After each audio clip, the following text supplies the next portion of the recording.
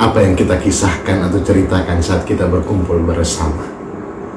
Ada yang bercerita tentang anaknya, ada yang bercerita tentang pekerjaannya, ada yang bercerita tentang pengalaman-pengalaman hidupnya.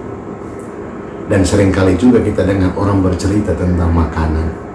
Kalau di rumah makan yang ini, wah, makanannya enak, ikan bakarnya mantap, atau masakannya luar biasa, sambalnya mantap, dan harganya juga terjangkau atau nyaman buat dompet kita.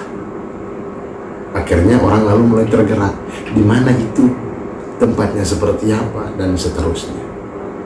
Atau ada orang yang berkisah tentang pengalaman hidup retret, atau pernah mengikuti kegiatan ini dan itu, dan membuat perubahan di dalam diri.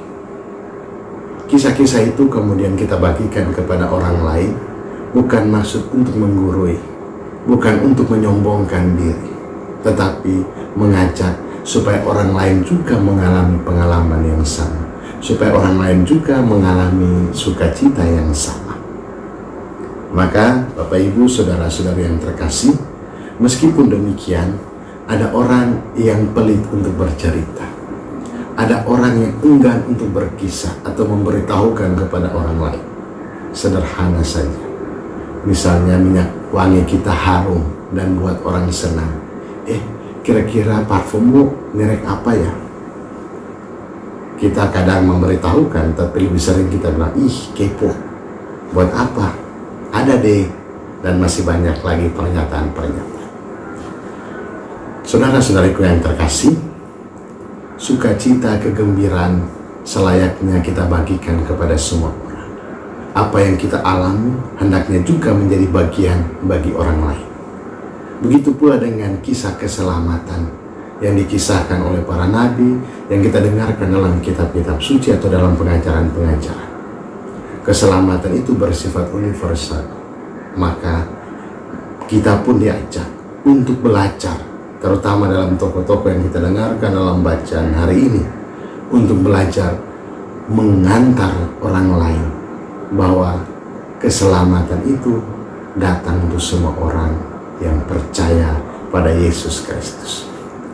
Tokoh yang pertama adalah Yesaya yang kita dengarkan dalam bacaan pertama. Yesaya berbicara tentang pemilihan dan tugas kenabian hamba Yahweh yang kita sebut juga dengan anak domba Allah. Ia akan datang menegakkan suku-suku Yakub dan mengembalikan orang-orang Israel yang masih terpelihara. Ia akan membuat umat semua menjadi terang bagi bangsa-bangsa, supaya keselamatan yang datang dari Allah itu sampai ke ujung bumi. Keselamatan yang ia terima, dia bagikan dan dia ingatkan kepada orang lain bahwa kita semua dipanggil untuk membawa terang bagi semua bangsa sampai ke ujung bumi. Tokoh yang kedua adalah Paulus, yang disebut juga sebagai Rasul Kristus. Ia memberi petunjuk kepada jemaat di Korintus bahwa kasih karunia dari Allah Bapa dan dari Tuhan kita Yesus Kristus senantiasa menyertai umat Korintus. Mereka yang hidup dalam dosa diajak untuk bertobat, karena semua orang yang dipanggil dalam nama Kristus dipanggil untuk menjadi kudus dalam namanya. Paulus memberikan jalan atau caranya, yaitu hidup dalam kasih karunia dan damai sejahtera. Dan yang ketiga, yaitu Yohanes Pembaptis. Dalam Injil dikisahkan bahwa ia memberi petunjuk kepada murid-muridnya siapa itu anak domba Allah. Dia yang dinantikan sebagaimana ia sabdakan, setelah aku akan datang dia yang telah mendahului aku. Dia ada sebelum aku ada. Yohanes mau mengajak para murid untuk turut serta mengenal dan mengalami sukacita karena perjumpaan dengan dia yang dijanjikan kepada umat manusia sejak para nabi.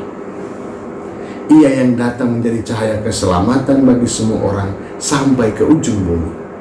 Ia memberi kesaksian kepada para murid tentang pengalaman perjumpaannya dengan Yesus, di mana ia sungguh-sungguh yakin bahwa Yesus adalah putra yang terpilih, Ia berkisah tentang pengalaman saat ia membaptis Yesus dan tampak Roh Kudus dalam rupa burung merpati dan terdengar suara dari surga.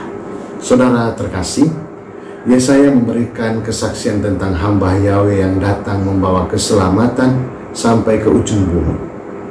Paulus berkisah tentang bagaimana hidup dalam kasih karunia dan damai sejahtera dari Allah Bapa, dan Yohanes menceritakan pengalaman saat membaptis Tuhan. Lalu apa yang mau kita ceritakan kepada sesama tentang Tuhan Yesus? Mungkin orang yang sembuh dari sakit akan berkisah tentang mujizat penyembuhan. Orang yang keluar dari persoalan ekonomi akan bercerita tentang belas kasih Tuhan lewat orang-orang di sekitar. Dan masih banyak kisah lain yang mungkin pernah kita dengar. Bacaan suci hari ini mengajak kita semua untuk mengenal kasih karunia dan damai sejahtera dari Allah Bapa secara lebih mendalam. Agar apa? Agar kita bisa menjadi cahaya petunjuk bagi orang lain. Cahaya yang menuntun orang lain untuk berjalan menuju dan bersatu dengan Yesus. Jika kita bisa berapi-api berkisah tentang makanan yang enak, maka kita juga berkisah tentang nikmatnya membaca kitab suci setiap hari. Kita bisa berkisah tentang hebatnya orang ini dan orang itu, maka kita pun bisa berkisah tentang siapa itu para nabi dan juga Yesus.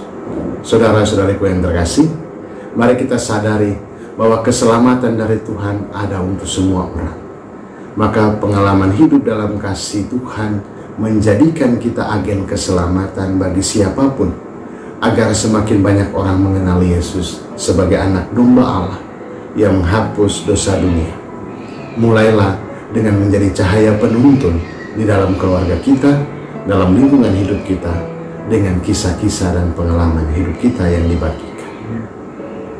Selamat hari Minggu, Tuhan memberkati Bapa dan Putra dan Roh Kudus. Amin.